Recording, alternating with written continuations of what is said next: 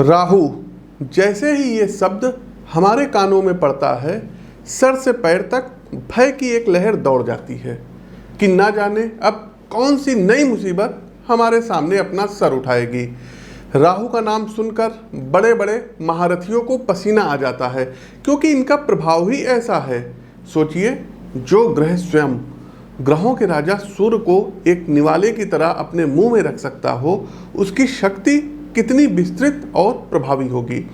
मित्रों, राहु से हमारा भय अनायास नहीं है। चूंकि आसुरी प्रकृति का ग्रह है राहु, इसलिए परिणाम भी उसी के अनुसार ही देता है। पर ये आधा सच है। जी हाँ, ये आधा सच है। यदि ठीक तरीके से समझें और राहु की अत्यंत विस्तृत शक्तियों को ठीक तरीके से प्रयोग करें तो यकीन मानिए, चुटकी बजाकर ये आपको जमीन से आसमान पर बैठा सकता है। सोशल मीडिया हो गया, इंफॉर्मेशन टेक्नोलॉजी हो गया जिसको आईटी बोलते हैं, शेयर मार्केट हो गया, राजनीतिक गठजोड़ हो गया, इन सभी क्षेत्रों में राहु अपना डंका बजाता ही बजाता है। यदि आपकी जन्म कुंडली में राहु योग कारक ग्रह के साथ शुभ स्थितियों में विराजमान हो जाए तो सारी दुनिया मिलकर भी आपको सफल होने से नहीं रोक सकती है। सामान्यतः राहु तीसरे, छठे, 10वें और एकादश भाव में सर्वाधिक शुभ माने जाते हैं। प्रिय साथियों, राहु का गोचर 30 अक्टूबर को दोपहर 2:13 पर वक्री गति से होते हुए मीन राशि में होने जा रहा है, जहां ये 18 मई 2025 तक विराजमान रहेंगे। चूंकि ज्योतिषीय दृष्टिकोण में राहु अत्यंत महत्वपूर्ण और बड़े परिणाम देने वाला ग्रह है, 18 महीने का इनका गोचर होता है, इसलिए राहु का गोचर भी समाज को बेहद अंदर तक प्रभावित करता है। मेरा वादा है साथियों आपसे कि राहु गोचर का ये वीडियो देखने के बाद आपको कहीं और भटकना नहीं पड़ेगा, डरना नहीं पड़ेगा। ज्योतिषी लोग बहुत डराते हैं राहु केतु के नाम पे। डिटेल से हर राशि पर बात होगी और एक विश्वसनीय मार्गदर्शन आपको दिया जाएगा। तो चलिए गजानन महाराज का स्मरण करते हुए अपने इस कार्यक्रम को प्रारंभ करते हैं। आगे बढ़ने से पहले आपको बता दें साथियों कि प्रस्तुत गोचर आपकी चंद्र राशि व आपकी नाम राशि दोनों पर संयुक्त रूप से आधारित है। तो इसको आप अपने नाम राशि से भी देख सकते हैं, चंद्र राशि से भी देख सकते हैं। एक बात और बताना चाहेंगे साथियों, उपाय हम बिल्कुल अंत में बताएंगे, वो सभी के लिए प्रभावी होंगे। साथ ही साथ यदि आप अपनी जन्म कुंडली का व्यक्तिगत तौर पर विश्लेषण कराना चाहते हैं तो लखनऊ में आप हमसे मिल सकते हैं, स्क्रीन के दिए गए नंबरों पर संपर्क कर सकते हैं। प्रत्येक माह हमारा दिल्ली आगमन होता है, तो उसकी जानकारी भी आप स्क्रीन के दिए गए नंबरों पर ले सकते हैं। आगे बढ़ने से पहले साथियों कुछ हमारी प्रिडिक्शंस है, जो कि जब ये राहु का गोचर होगा उस दौरान देश विदेश में होगा, तो क्या कुछ वो प्रिडिक्शन है सबसे पहले हम आपको बताए दे रहे हैं। देखिए, कई स्टेट के चुनाव है और तमाम लोग कहते हैं कि पंडित जी जो है स्टेट इलेक्शन के बारे में आप बताइए, तो उसका एक अलग से वीडियो हमारे चैनल पर आएगा। लेकिन अभी हम आपको बता दे रहे हैं, जैसे मध्य प्रदेश में इलेक्शन है, तो मध्य प्रदेश में इस बार बीजेपी के हाथ से सत्ता जाती हुई जो है दिख रही है और कांग्रेस यहाँ पर सरकार बनाएगी। दूसरा आते हैं छत्तीसगढ़ में। छत्तीसगढ़ में दर्शकों कांग्रेस की सरकार है और एज इट इज़ कांग्रेस की ही सरकार अभी बनी रहेगी, तो छत्तीसगढ़ और मध्य प्रदेश दोनों जगह कांग्रेस ही कमबैक करेगी। तीसरा दर्शकों, हरियाणा की हमारे पास तमाम जो है कुंडलियाँ आई थी जो है इलेक्शन से संबंधित, तो हरियाणा इलेक्शन में इस बार बड़ा उलटफेर हो जाएगा। अभी जो गठबंधन की इनकी सरकार चल रही है, तो बीजेपी सत्ता से जा सकती है और यहाँ पर भी कांग्रेस की सरकार आती हुई दिख रही है।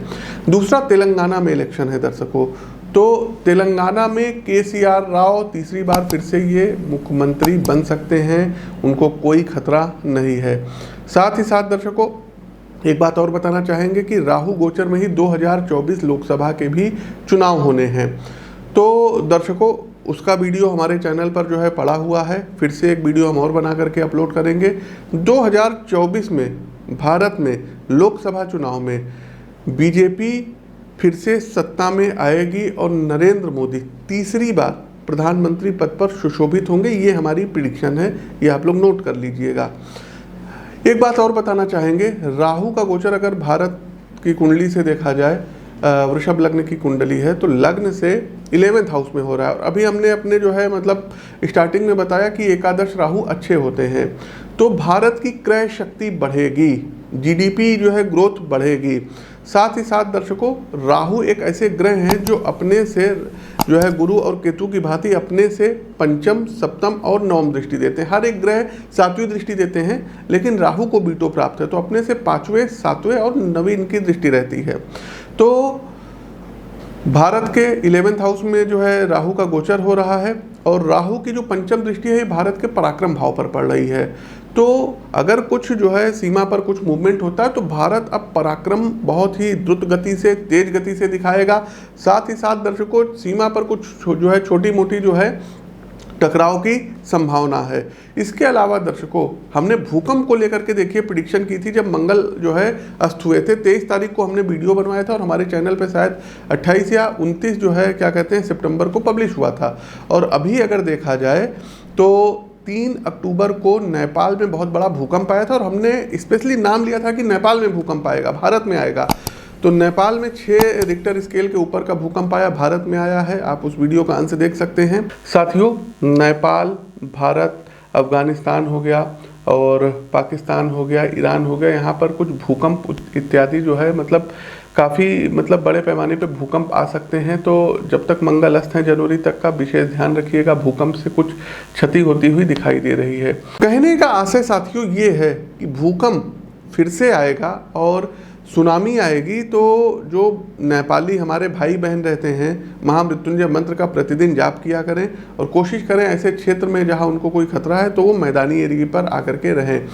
नेपाल के अलावा भारत में भी भूकंप आएगा, और भारत में उत्तराखंड में भूकंप जो है यदि हम बताएं, हमने नोट किया है तो लगभग जो है 2024 में मार्च से लेकर के और जुलाई के बीच में कुछ जो है भूस्खलन हो गया, कुछ भूकंप हो गया। ये उत्तराखंड, हिमाचल और जो है कश्मीर में आ सकता है। आप लोगों को सावधान रहने की ज़रूरत रहेगी। साथ ही साथ साथियों की धार्मिक उन्माद बढ़ेगा। देखिए, राहु जो हैं ये मीन राशि में गोचर कर रहे हैं, देवगुरु बृहस्पति की राशि में गोचर कर रहे हैं। इलेक्शंस भी पास आ रहे हैं, तो धार्मिक उन्माद ज़्यादा होगा और बहुत कुछ जो है अच्छे संकेत नहीं दे रहे हैं। मार काट ज़्यादा मची रहेगी लोगों के बीच। एक चीज़ और है, कोई बहुत बड़ा रक्षा सौदा भारत के पक्ष में ये होता हुआ दिखाई दे रहा है। साथ ही साथ फॉरेन में, विदेशों में भारत की साख बढ़ेगी। एक बात और बताएं साथियों, देखिए तमाम स्टेट्स वगैरह के जो राज्यपाल हैं, मुख्यमंत्री हैं, इनके कार्यक्षेत्र में परिवर्तन हो सकता है। साथ ही साथ दर्शकों, वायुयान दुर्घटना जो है ग्रस्त की हमने भविष्यवाणी की थी, तो जनवरी तक बहुत ज़्यादा सावधान रहना पड़ेगा। इधर अक्टूबर से लेकर के जनवरी के बीच में कोई प्लेन क्रैश वगैरह ना हो जाए, इसका ध्यान रखना होगा। अच्छा, एक जो है छोटी सी जो है आपको अपडेट और देना रहेगा। राहु केतु के नाम पे दर्शकों तमाम लोग पूजा पाठ करवा लेते हैं। कोई कनाडा में बैठा है, कोई लंदन में बैठा है और यहाँ इंडिया में पूजा करवा लेते हैं, तो पूजा मान्य नहीं होगी। आपको खुद उपस्थित होकर के राहु केतु की शांति करानी होगी। ऐसे पैसे आप लोग किसी भी लोगों को मत दीजिए, वो लोग पूजा पाठ करते नहीं और कुछ आपका होगा नहीं। तो इन चीज़ों का आप लोग ध्यान रखिएगा साथियों, और किसी के डराने से मत डरिएगा। चलिए अब हम आगे बढ़ते हैं, अधिक समय ना लेते हुए गणेश महाराज का ध्यान करते हुए अपने कार्यक्रम को आगे बढ़ाते हैं। पहली राशि आती है, ये आती है एरीज अर्थात मेष राशि। तो देखिए, मेष राशि के प्रिय बंधुओं, राहु का ये गोचर आपके द्वादश भाव में होने जा रहा है, और द्वादश भाव में राहु बैठे हुए हैं। यहाँ से राहु अपने 5वें, 7वें और 9वें भाव को दृष्टि करेंगे। तो मेष राशि के प्रिय बंधुओं, राहु आपके द्वादश भाव में प्रवेश करके विदेश संबंधी यात्राओं का योग बनाएंगे। मेष राशि के जो जातक विदेश जाने के ज़्यादा इच्छुक थे, उनके विदेश यात्राओं के योग बनेंगे। गोचर कालखंड की इस अवधि में आप देश से बाहर अपने कामकाज का इंफ्रास्ट्रक्चर निर्मित करेंगे, जिससे विदेशी भूमि से धन आगमन का स्रोत बनेगा। वर्क प्लेस पर अपने साथियों के साथ हुई छोटी मोटी झड़प आपके मानसिक सुकून को भंग करेगी। मुद्दा बहुत छोटा होगा, लेकिन राहु के छायागत प्रभाव के कारण आप उसको अंदर ही अंदर काफ़ी बड़ा बना लेंगे। इसके अलावा आप अपने निकट संबंधियों को लेकर एक भ्रम की स्थिति में रहेंगे। आप अपने कानों से कुछ और सुनेंगे, लेकिन दिमाग में घटना का बिल्कुल अलग चरित्र चित्रण करेंगे, जिससे आपके व्यक्तिगत संबंधों पर नकारात्मक असर पड़ेगा। यदि इस कालखंड में आपके पूरे जीवन को परिभाषित करें तो आप एक भटकाव का अनुभव कर सकते हैं। दिमाग निर्णयों को लेकर खंडित रहेगा, इसलिए किसी एक सटीक मंजिल पर पहुंचना आपके लिए काफ़ी मुश्किल होगा। आपके अपने स्वभाव से आप अपने पारिवारिक जीवन में अलगाव महसूस करेंगे, जिससे आपके अंदर एकांत का भाव पैदा होगा। इस एकांत के भाव के कारण आपके अंदर इनोवेशन और अपने काम के प्रति एक नवीन प्रकार के विचार का जन्म होगा। मेष राशि के साथियों, राहु का गोचर स्वास्थ्य के लिहाज से अच्छा नहीं है, सतर्क रहिएगा। विशेषकर मांसपेशियों का ध्यान आपको ज़्यादा रखना होगा। मेरी सलाह है बंधुओं, वाहन सावधानी पूर्वक चलाइएगा, अन्यथा हॉस्पिटल के चक्कर लग सकते हैं। शारीरिक व्यायाम आदि सावधानी पूर्वक करिएगा। आवश्यकता से अधिक चिंता करने से बचें और जितना संभव हो भगवान का स्मरण करते रहिए। यस्य स्मरण मात्रेण जन्म संसार बंधनात् विमुच्यते नमस्तस्य विष्णवे प्रभु विष्णवे। तो भगवान विष्णु का स्मरण करते रहिए, क्योंकि भगवान विष्णु से राहु बहुत ज़्यादा डरते हैं और आपको आत्म मनोबल भी प्राप्त होगा। इन तमाम नकारात्मक प्रभावों के बाद भी अकस्मात धन लाभ के योग राहु आपके लिए बना रहे हैं, लेकिन खर्च भी बहुत होंगे। अकस्मात धन लाभ में पैतृक संपत्ति की प्राप्त होगी, पूर्व में किए गए निवेश से लाभ और शेयर बाजार से लाभ शामिल है। तो मेष राशि के जातकों एक बार अपनी जन्म कुंडली का विश्लेषण भी करवा लीजिएगा। आगे बढ़ते हैं, उपाय हम बताएंगे लेकिन अंत में बताएंगे। तो दूसरी राशि आती है वृषभ राशि। आप लोग लाइक करते चलिए, शेयर करते चलिए और कमेंट बॉक्स में एक बार ओम नमो भगवते वासुदेवाय कमेंट कीजिए। दूसरी राशि आती है वृषभ राशि। वृषभ राशि के जातकों आपके जो है जन्म कुंडली में राहु 11th हाउस में प्रवेश कर रहे हैं, एकादश भाव में प्रवेश कर रहे हैं और एकादश भाव में प्रवेश करते हुए राहु अनेक शुभ स्थितियों का निर्माण आपके लिए कर रहे हैं। सर्वप्रथम मन में दबी कोई लंबी इच्छा इस अवधि में पूरी होगी, जिससे आपका मन प्रसन्न रहेगा। जो जातक राजनीतिक गतिविधियों से जुड़े हुए हैं उन्हें अचानक अपने कैरियर में एक सकारात्मक उछाल दिखाई देगा और शासन संबंधी दायित्व प्राप्त करेंगे। गोचर कालखंड की इस अवधि के शुरुआती दिनों में आप अपने व्यक्तित्व और बाहरी साज सज्जा पर विशेष ध्यान देंगे। आपकी पूरी कोशिश रहेगी वृषभ राशि के जातकों की आप खुद को लोगों के सामने इस तरीके से पेश करें कि सभी का ध्यान सिर्फ आप पर रहे। हालांकि इन तमाम गतिविधियों के बाद भी आप अंदर से खाली खाली सा और अकेला महसूस करेंगे, कारण कि आपके आंतरिक विवेक और बाहरी जीवन में कोई सामंजस्य नहीं होगा। चूँकि आपका पूरा ध्यान इस बात पर रहेगा कि दूसरे क्या सोचते हैं, इस कारण आप स्वयं अपने विषय में क्या विचार रखते हैं, इस ओर आपका ध्यान नहीं जाएगा। इसकी वजह से व्यक्तिगत जीवन में काफ़ी समस्याएँ खड़ी होंगी। मेरी सलाह है कि आप स्वाध्याय पर विशेष ध्यान दें, अपने विषय में स्वयं के विचार को परिष्कृत करें, जिससे आप उन्नति कर सकें। राहु का एक विशेष प्रभाव वृषभ राशि के जातकों इनोवेशन, मशीनी सामान और इलेक्ट्रॉनिक गैजेट पर भी होता है। इस अवधि में आप अपनी कमाई का एक बड़ा हिस्सा इन गैजेट की खरीद में लगाएंगे, जिससे आपका बजट कुछ असंतुलित हो सकता है। इसलिए आपको अपने खर्चों पर कड़ी निगाह रखनी होगी। इस पूरे गोचर कालखंड के लिए मेरी एक व्यक्तिगत सलाह है कि आप अपने लक्ष्यों को प्रॉपर एक जगह लिखकर उसकी तैयारी करें, क्योंकि राहु की भ्रामक चाल के कारण आप पेशेवर जीवन में खोया हुआ सा महसूस कर सकते हैं, जिसका आपके करियर पर नकारात्मक असर पड़ेगा। अतः प्रत्येक टास्क को प्रॉपर लिख करके उसका ठीक प्रकार से विश्लेषण करके आगे बढ़िएगा। वृषभ राशि के प्रबुद्ध जातकों यदि आप सोशल मीडिया इन्फ्लुएंसर हैं तो उसके माध्यम से अत्यधिक धन आप लोग कमाएंगे। कोई नया वाहन लेने का इस गोचर कालखंड में योग बनेगा। साथ ही साथ यदि आपने किसी को पूर्व में धन दे रखा है तो पैसा आपको अब वापस मिलेगा। अधिक जानकारी के लिए आप अपनी जन्म कुंडली का विश्लेषण स्क्रीन के दिए गए नंबरों से करवा सकते हैं। आगे बढ़ते हैं मिथुन राशि। देखिए मिथुन राशि के बंधुओं, दसम भाव, जी हाँ 10th हाउस में राहु का गोचर होने जा रहा है। राहु कार्यक्षेत्र और नौकरी पेशा जीवन में एकदम से कुछ बड़े परिवर्तन मिथुन राशि के जातकों आपके लिए करेंगे, जिससे आप हतप्रद हो सकते हैं, अचंभित हो सकते हैं। हालांकि अपने विवेक एवं समझदारी से आप स्थितियों को ठीक तरीके से हैंडल कर लेंगे। अचानक आए परिवर्तन कुछ समय के लिए आपको अपने परिवार से पूरी तरीके से थोड़ा सा पृथक कर सकते हैं, भाग दौड़ अधिक रहेगी। गोचर कालखंड के शुरुआती दिनों में राहु कहीं ना कहीं आपको अकेला महसूस करवाएंगे। करियर के लिहाज से आप अपनी योग्यता और कुशलताओं में वृद्धि करेंगे। आपका पूरा फोकस स्किल मेकिंग पर होगा, जिसका सीधा प्रभाव आपको अपनी सैलरी की ग्रोथ पर दिखाई देगा। इसी के साथ आप अपने वर्क प्लेस पर काम से संबंधित कुछ नए विचारों को रख सकते हैं, जिसके दूरगामी परिणाम होंगे। यदि आप अपना स्वयं का व्यवसाय करते हैं तो गोचर कालखंड के शुरुआती समय में बिजनेस संबंधी कार्यों का विस्तार करेंगे। आप अपने उत्पाद के लिए नए बाजार तलाशेंगे, जिससे आपका आर्थिक प्रभाव बढ़ेगा। मिथुन राशि के प्रिय मित्रों, आपके लिए एक विशेष सलाह ये है कि कामकाज में अस्पष्टता से बचिएगा, अन्यथा कहीं ना कहीं लक्ष्य के प्रति स्पष्ट दृष्टि न होने से आपके अंदर अकर्मण्यता बढ़ सकती है। देखिए, राहु का एक खास प्रभाव चीज़ों को अकस्मात पैदा करने का होता है। अतः यदि आर्थिक दृष्टिकोण से देखें तो इस अवधि में आपको बड़ा आर्थिक लाभ अचानक से होगा, अनएक्सपेक्टेड लाभ होगा। निवेश के लिहाज से भी आपके लिए स्थिति मन मुताबिक रहेगी।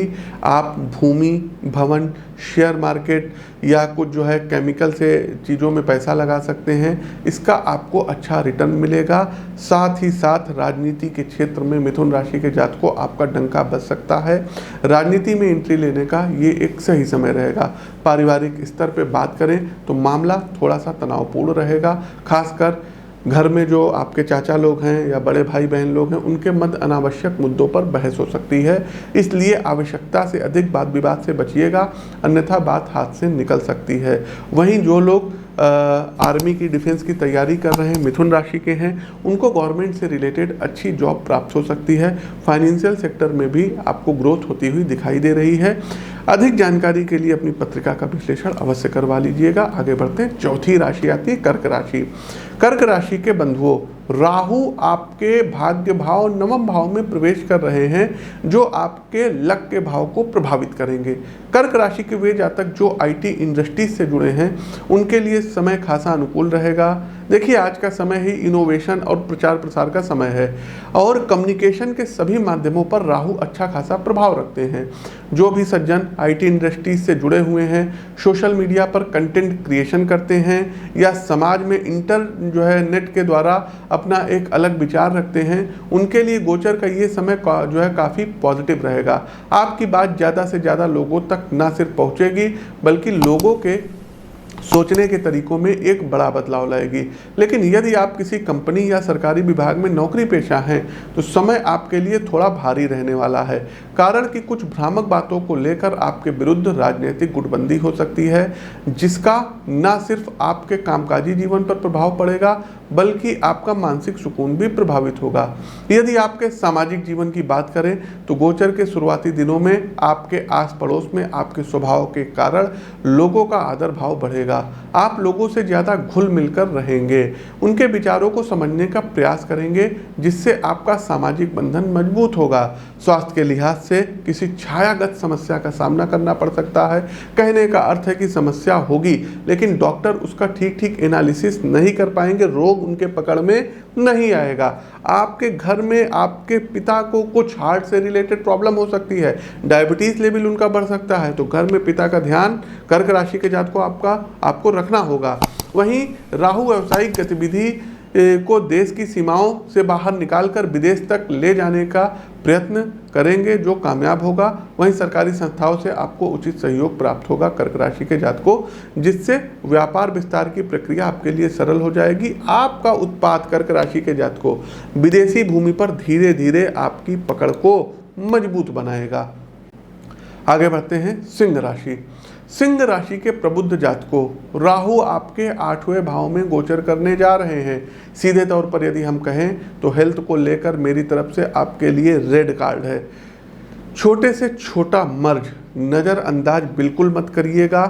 वाहन जो है इत्यादि इधर अगर आप 18 महीने ना चलाएं तो बहुत अच्छा है, और यदि चलाते भी हैं तो ओवर थिंकिंग करने से आपको बचिएगा, क्योंकि दुर्घटना के दोष हैं, योग नहीं कहेंगे। लोग बोल देते हैं दुर्घटना के योग हैं, दुर्घटना के दोष हैं। मैं स्पष्ट रूप से यहाँ पर आपको सचेत करना चाहूँगा सिंह राशि के जातकों, वरना आप हॉस्पिटल में एडमिट हो सकते हैं। साथ ही साथ आपको जो है मतलब कोई संक्रमण हो सकता है, वायरस से जनित कोई रोग आपको हो सकता है, डेंगू इत्यादि की आपको समस्या हो सकती है। देखिए, सिंह राशि के जातकों को सफलता और सम्मान उस व्यक्ति के लिए ज़्यादा दूर नहीं रहते हैं जो धैर्यपूर्वक खुद को तैयार करता है। गोचर कालखंड के शुरुआती दिनों में राहु जी से एक महत्वपूर्ण तत्व का आप में जो है क्या कहते हैं लोप कराएंगे, वो है धैर्य। आपके अंदर पेशेंस नहीं रहेगा। पेशेवर जीवन में महत्वाकांक्षा होनी अच्छी बात है, किंतु बिना एक सुव्यवस्थित लक्ष्य और योजना के कार्य करना व्यक्ति को कहीं नहीं पहुंचाता है। आप भी कुछ इसी प्रकार की स्थिति का सामना कर सकते हैं। योजनाओं के अभाव में अपने पेशेवर जीवन को लेकर आपके अंदर असुरक्षा का भाव बढ़ेगा। आप अपने काम में कुछ बड़ा करना चाहेंगे, लेकिन उसके लिए जो जरूरी है, आवश्यक वर्कआउट है, उसका आप में अभाव होगा। इसके साथ आवश्यकता से अधिक ख्वाहिश आपको अपने वर्क प्लेस पर अकेला कर सकती है। अपने साथी कर्मचारियों के साथ मनमुटाव, मतभेद या बातचीत का जो है बहस में बदल जाना, इन सब दिक्कतों का आपको राहु कहीं ना कहीं सामना कराएंगे। पारिवारिक जीवन में भी राहु यहाँ पर छुटपुट समस्याएं लेकर के आएंगे। अपने पिता या उनके समतुल्य किसी व्यक्ति से विचारों के स्तर पर पैदा हुआ मतभेद मानसिक कड़वाहट का रूप ले सकता है। अतः ज़्यादा से ज़्यादा शांत रहने का प्रयास करिएगा। आपके घर में आपकी पत्नी को कोई जो है बीमारी हो सकती है, उसका भी आपको ध्यान रखना होगा और हल्के में नहीं लेना होगा। गोचर कालखंड की इस अवधि में आपके अंदर उदासी का भाव बढ़ सकता है, कारण कि प्रोफेशनल लाइफ में आपके जो असाइनमेंट होंगे आप उन्हें समय पर पूरा नहीं कर पाएंगे, जिससे आपके अंदर हताशा बढ़ेगी। दूसरा, व्यक्तिगत जीवन में भी गाड़ी पटरी से उतरती रहेगी, जिससे मानसिक तनाव बना रहेगा। आर्थिक पक्ष यानी रुपए पैसे को लेकर परिवार से बाहर किसी व्यक्ति पर भरोसा ना करें, ना ही किसी बहकावे में आए। लोग आपसे मीठे शब्द और अपनापन जताकर आपकी जेब में डाका डाल सकते हैं। जी हाँ, हमारे शब्दों को ध्यान से सुनिएगा। लोग आपको मीठी मीठी बातें बोल करके, आपसे अपनापन जता करके आपकी जेब पर डाका डाल सकते हैं। तो बाद में यही होगा, आप पछताए होत का जब चिड़िया चुग गई खेत। आप हमको फ़ोन करेंगे, पंडित जी हमारा पैसा ले गए, तो हम तो आपको पहले बता रहे हैं कि किसी को धन मत दीजिएगा। गोचर कालखंड की इस अवधि में यदि आपने उधारी पैसा दिया तो समझिए वो पैसा गया, वापस मिलने के सभी मार्ग बंद हो जाएंगे। तो सिंह राशि के जातकों, हमारी इस बात को बहुत ही ज़्यादा ध्यान से रखिएगा। अधिक जानकारी के लिए अपनी जन्म पत्रिका का विश्लेषण अवश्य करवा लीजिएगा। आगे बढ़ते हैं साथियों, हमारी अगली राशि आती है कन्या राशि। कन्या राशि के जातकों, राहु अब आपके 7वें भाव में प्रवेश करने जा रहे हैं। स्थिति ये है मित्रों कि यदि आप ध्यान नहीं देंगे तो अकस्मात किसी बड़ी बीमारी का जन्म धीरे धीरे आपके शरीर में हो सकता है।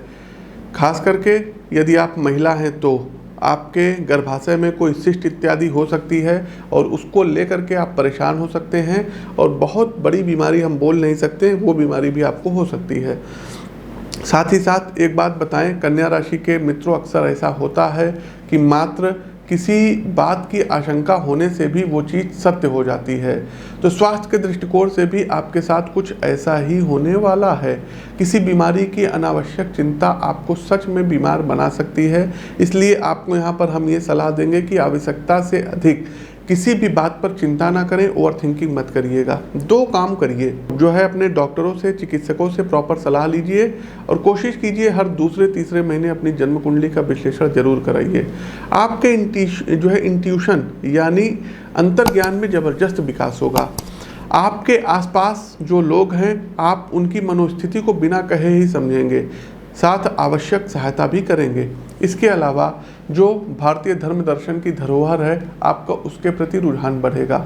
आप ज्योतिष, पुराण, उपनिषद, भारतीय इतिहास, इसके अध्ययन में गहन रुचि लेंगे, जिससे आपके सामाजिक दृष्टिकोण में एक ज़बरदस्त परिवर्तन आएगा। यदि पेशेवर जीवन की बात करें तो कहीं ना कहीं भटकाव की स्थिति बनती हुई दिखाई दे रही है। आप एक टास्क से दूसरे टास्क की ओर जाएंगे, जिससे किसी एक सटीक परिणाम पर पहुंचना आपके लिए मुश्किल भरा हो सकता है। एकाग्रता में विभाजन के कारण कन्या राशि के जातकों आपको अपने कार्य क्षेत्र में ज़्यादा मेहनत करनी पड़ेगी और परिणाम आपके मन मुताबिक आए ऐसा आवश्यक नहीं है। आर्थिक दृष्टिकोण से अधिक सतर्क रहने की सितारे सलाह दे रहे हैं। आप जो भी वित्त संबंधी समझौता करने जा रहे हैं उसमें कुछ ऐसे भ्रामक बिंदु हो सकते हैं जिससे आपका एक बड़ा फाइनेंशियली लॉस हो जाए, इसलिए किसी भी लेन देन से पूर्व एक अच्छे सलाहकार से हर आयाम पर चर्चा करना आपको किसी बड़ी समस्या से बचा सकता है। व्यावसायिक गतिविधियों को लेकर अपने क्लोज सर्किल मित्रों पर ही विश्वास करें। यदि कोई बड़ा निर्णय लेने जा रहे हैं तो सुनी सुनाई बातों पर विचार ना बनाइएगा। मार्केट का गहन विश्लेषण और मांग की वास्तविक संभावनाओं के बाद ही निवेश करना आपके लिए उचित रहेगा। इसके अलावा कन्या राशि के जातकों, यदि आप शादीशुदा हैं तो ये मान के चलिए कि शादीशुदा जीवन में कहीं ना कहीं बिखराव की स्थिति आती हुई दिखाई दे रही है। कोर्ट में यदि आपका कोई मामला चल रहा था तो वो अब जा कर के कहीं ना कहीं उसका निस्तारण होता हुआ दिखाई दे रहा है। उपाय दर्शकों अंत में बताएंगे। आप अपनी पत्रिका का विश्लेषण करवा करके विस्तृत तौर पर जान भी सकते हैं। अब अंतिम पड़ाव आता है उपाय का। उपाय क्या करना होगा? तो सबसे पहले साथियों, हर 3 महीने में आपको करना ये होगा कि 7 शनिवार एक जटे वाला नारियल लेना है और उसको अपने सर के ऊपर से एंटी क्लॉकवाइज 9 बार उतारना रहेगा। कितनी बार? 9 बार। और उसको जल पर अपने मस्तक पर लगा करके और जल प्रवाह आपको कर देना होगा। दूसरा एक काम ये करना होगा साथियों, आप अपनी स्क्रीन पर देख लीजिए 2 छोटे छोटे से मंत्र जो है दिख रहे हैं। ओम ऐं ह्रीं राहुवे नमः और ओम ह्रीं केतुवे नमः। इन दोनों मंत्रों का स्फटिक की माला से 108 बार आपको प्रतिदिन जाप करना रहेगा। अब प्रश्न उठता है कि राहु के मंत्रों का जाप कब करें? लोग कहते हैं शाम को करते हैं, रात में करते हैं, सुबह करते हैं। देखिए साथियों, जो बहुत ही अच्छा तरीका किसी बुक वगैरह में आपको नहीं मिलेगा। तो राहु और केतु के मंत्रों का जाप करने का तरीका होता है राहु काल। प्रत्येक दिन का राहु काल अलग अलग होता है। आप जिस लोकेशन पे होंगे वहाँ अलग होगा। दिल्ली में है अलग होगा, कनाडा में बैठे होंगे अलग होगा, पश्चिम बंगाल में बैठे होंगे अलग होगा। तो राहु काल का जो है मतलब जो समय होता है ये अलग अलग होता है। तो आप अपने एग्जैक्ट लोकेशन के हिसाब से सर्च कर लीजिएगा और उस समय में यदि आप राहु और केतु के मंत्रों का जाप करते हैं तो निश्चित तौर पर राहु आपका नुकसान कर ही नहीं सकते, फायदा कराएंगे। अब लोग कहते हैं पंडित जी राहु का तो राहु काल में हो जाता है लेकिन केतु काल थोड़ी ना होता है। तो बंधुओं 1 घंटे 30 मिनट का समय होता है, 90 मिनट का राहु काल का समय होता है। इसमें 45 मिनट राहु को मिलते हैं और 45 मिनट केतु को मिलते हैं। तो इस दौरान यदि आप करेंगे तो कोई नुकसान नहीं है, दोनों लोग आपका भला करेंगे। अगला सबसे बड़ा उपाय है, हाथ जोड़ के आप लोगों से निवेदन है कि भूल से भी गोमेद या कैटसाई मत पहनिएगा। राहु का जो पत्थर आप लोग पहन लिए हैं, गोमेद पहन लिए हैं, मत पहनिएगा। आपका सर्वनाश कर देंगे, विनाश कर देंगे और फिर बाद में आप लोग रोते रोते हमारे पास आएंगे। बिल्कुल मत पहनिएगा। पहने हैं तो उतार दीजिए। राहु और केतु के जो जेम स्टोन होते हैं ना, ये दान करने के लिए होते हैं, ये पहनने के लिए नहीं होते हैं। राहु केतु छाया ग्रह के रूप में विद्यमान हैं, इनकी अपनी कोई एनर्जी नहीं है। स्टोन उन्हीं ग्रह के पहने जाते हैं जिनकी अपनी एनर्जी होती है। इस बात का आप लोगों को ध्यान रखना होगा।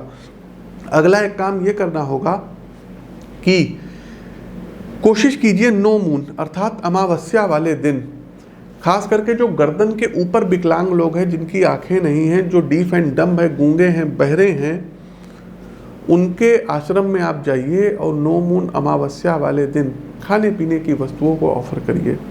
तो ये आपको करना होगा। साथ ही साथ साथियों अपनी जन्म पत्रिका का विश्लेषण जरूर करवा लीजिएगा। बिना पत्रिका के विश्लेषण के उपाय आप करिए, मंत्र वगैरह करिए, ठीक है, लेकिन अधिक उपाय आप लोग मत करिएगा। अपनी कुंडली का विश्लेषण करवा के करिएगा। आप लोग डॉक्टरों पर पैसा खर्चा कर सकते हैं, कंसल्टेंसी पे कर सकते हैं। तो एक ज्योतिषीय परामर्श छोटा सा लेना, ये आपके सुख और सौभाग्य में वृद्धि कराता है। तो अपनी वाणी को विराम देते हुए ज्योतिष के इस मंच से मैं पंडित आशीष वत्स आप सभी प्रबुद्ध जातकों से विदा लेता हूँ। नमस्कार। ओम नमो भगवते वासुदेवाय।